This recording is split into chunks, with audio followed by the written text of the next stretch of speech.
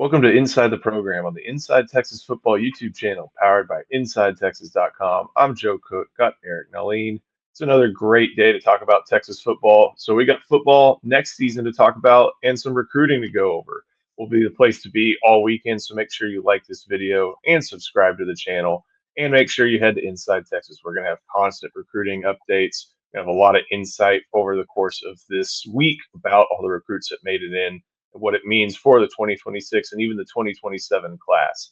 So make sure you head there. But we're also going to have a lot of analysis on next season, including what the 2025 roster has on it. We'll start with a focus on quarterbacks before diving in a little bit more and providing a little bit of a preview for the junior day. So, Eric, let's start with the 2025 team, the guys that are currently Longhorns. And you started a series today over in Inside Texas, starting with quarterbacks, but kind of in the intro, you spoke about what Texas has on the roster as a whole, both on offense and defense, heading into Steve Sarkisian's fifth season in Austin. Yeah, audit is normally a bad word, but it's kind of fun when we do a roster audit to just try to take stock of what the roster has on it. You know, there's a lot of turnover, a lot of guys departed, and a lot of people are about to take the next step in their career at Texas and start playing a lot more. So we start investigating pretty much every player on the roster to see who's going to have a breakout spring or who's going to play a lot more based on their current trend line. So in making these calls to kind of get info, it's kind of tough to get information on, 85 guys or whatever it is, 60 something. And then you got the true freshmen coming in. You got to make a lot of phone calls. And one thing that stood out was that there's more questions as far as experience over the last two seasons. But I think the overall talent might be even higher. And I think that's kind of in line with the recruiting classes being very good the last couple of years. But there is plenty of experience to make up for the loss of. That's going to be kind of the main question going into this offseason, even at quarterback, offensive line. There's a lot to make up for.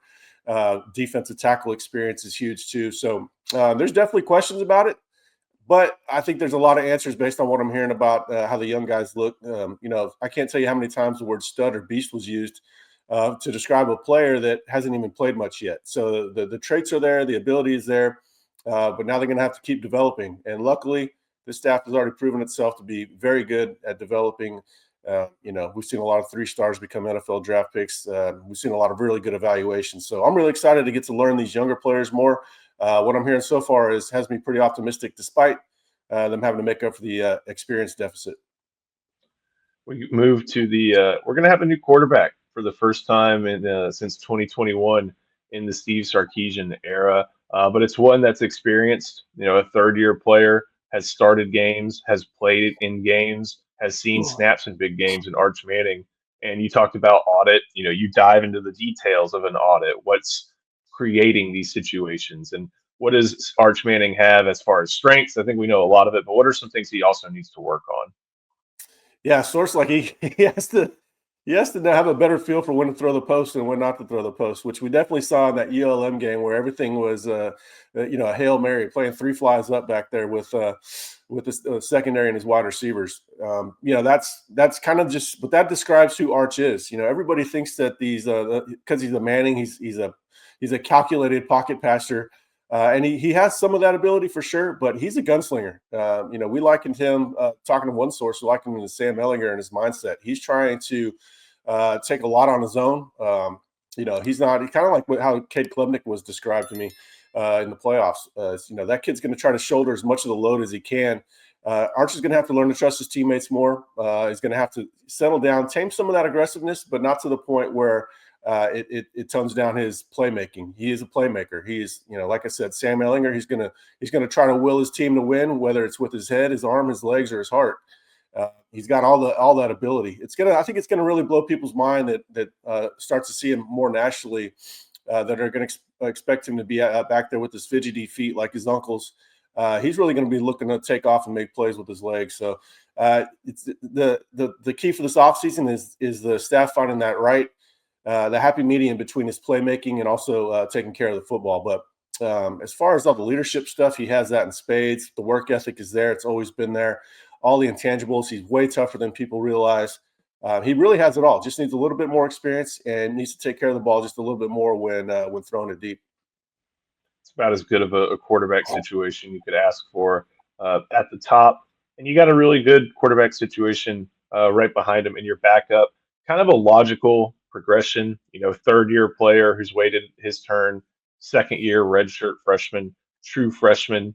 Maybe you'd like experience, but Texas still really, really likes what it has in Trey Owens and has for quite some time. Yeah, you can't get too picky this day and age. Quarterbacks don't sit on the bench long. Texas is lucky that they had a guy like Arch willing to sit. That's just not going to be too common. And then Trey willing to come in behind Arch. Texas would have got Julian Sayin in that 2020, what was that, 2024 class, had they not gotten Arch in 2023. But people don't want to sit behind Arch, so it says a lot that Trey wanted to come in and compete, and also was willing to play the long game, willing to develop. And he still requires some development. He's still learning to take what he learns from the classroom to the field. Needs to speed a lot of things up, but that's just part and parcel with being a younger quarterback in a pretty mentally demanding scheme. It's a big playbook, lots to learn, but he's right on time based on what we hear. Obviously, had a very encouraging spring game last year. After that spring game, Steve Sarkisian was speaking as glowingly about Trey as he was Arch. Everybody wanted to talk about Arch, and he was heaping praise on Owens quite a bit. But the book on him is he has the arm to make all the throws.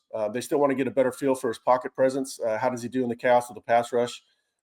Needs to speed up his feet a little bit more, but he's got decent pocket athleticism. Not really an athlete, but also not a statue. You're not just going to be able to sit there and tee off on him. If you give him free yards, he's got the ability to take it. But yeah, he's just a younger quarterback still learning, but he has all the passing tools that excited Steve Sarkisian in the first place and AJ Milwee in the first place. And so now it's just continuing to develop him. Obviously, he's going to get a lot more reps as a number 2 quarterback than he got last season. So I think they're in a pretty good place with Trey, but he just needs to keep developing. And as we know, the backup quarterback's got to be ready at Texas. I forget the stat, or we see it all the time. It's like 19 of the past 23 years or something like that, a backup has started games. So you hope for the best, but you have to plan for that situation as well. And Texas has to plan for that with Trey Owens. Last guy in that quarterback room right now that's on scholarship is KJ Lacey, a true freshman from Saraland, Alabama. I think we all had questions about him once Ryan Williams left his roster. Answered him pretty well in a season that turned out pretty well for Saraland, and now he shows up, takes that third spot on the depth chart in the Texas quarterback room. Yeah, I didn't have questions about him having Ryan Williams. I like the kid's traits as a sophomore. He's going to be throwing. He's not going to be throwing to Ryan Williams in college, but it's a lot of the receivers have to adapt to throwing to athletic wide receivers.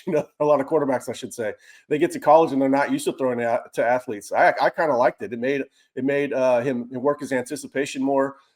Definitely hone in his deep ball. So I think there's definitely some pluses to playing with Ryan Williams at a young age.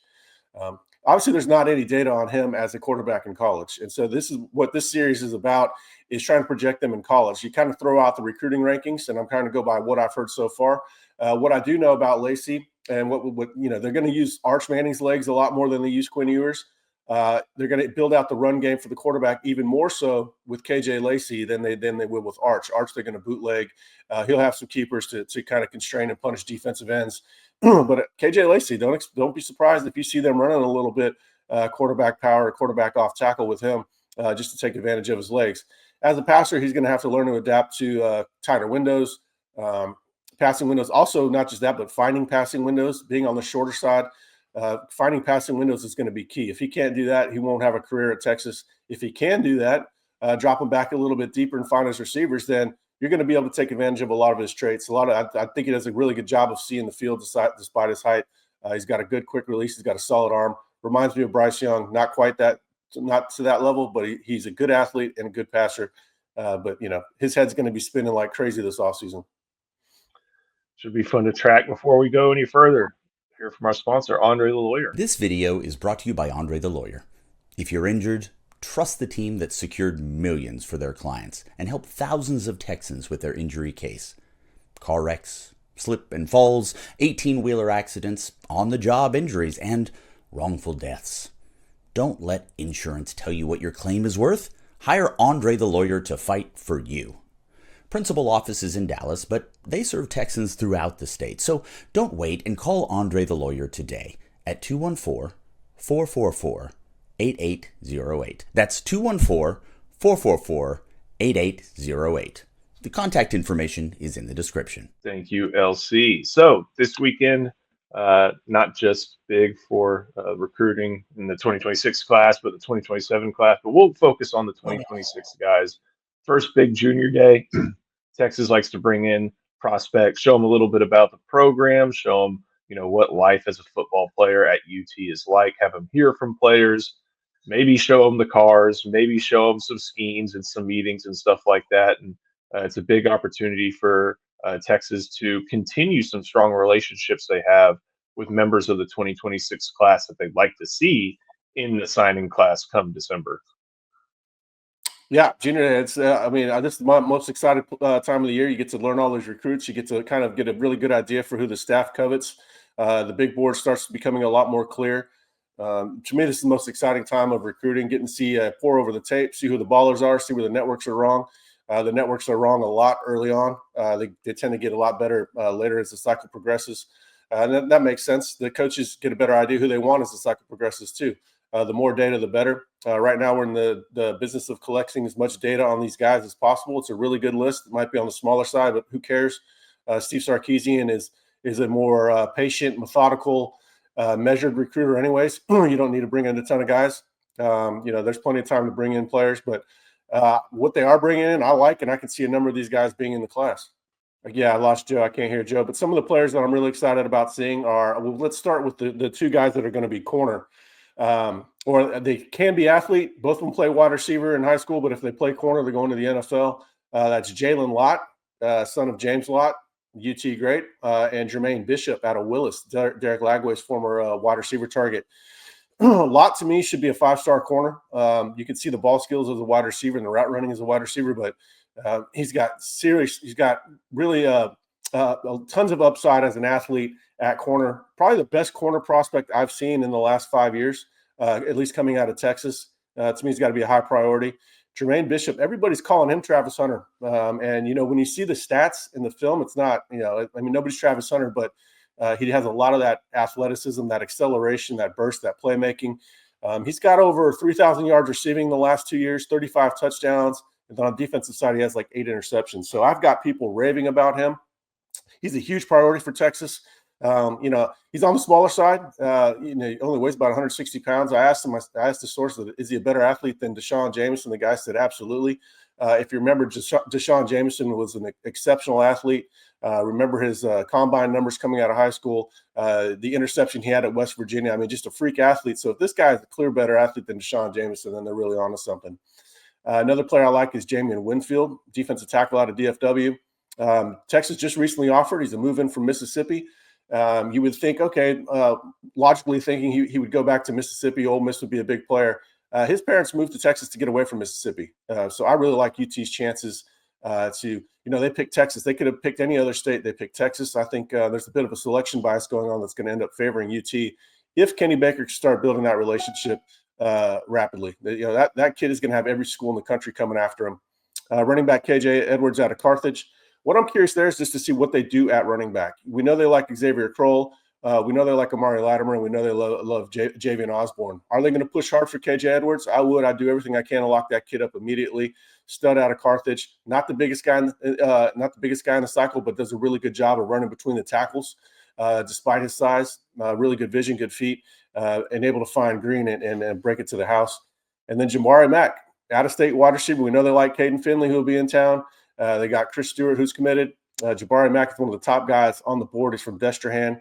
Kind of, if you remember Andrew Marsh from last cycle, I think he's a faster version of Andrew Marsh, where there's a physicality element to his game that, Ryan Wingo has that physicality element to his game, and then he's got the game-breaking speed. So watch Jabari Mack. They're going to make a very hard push for Mack in the coming weeks. Dia Bell's going to be in town to work on Jabari Mack as well. So I think Jabari Mack's a name that everybody needs to know. So Jalen Lott should be a 5-star. Jermaine Bishop, vastly underrated, should be a top 50 player in the country.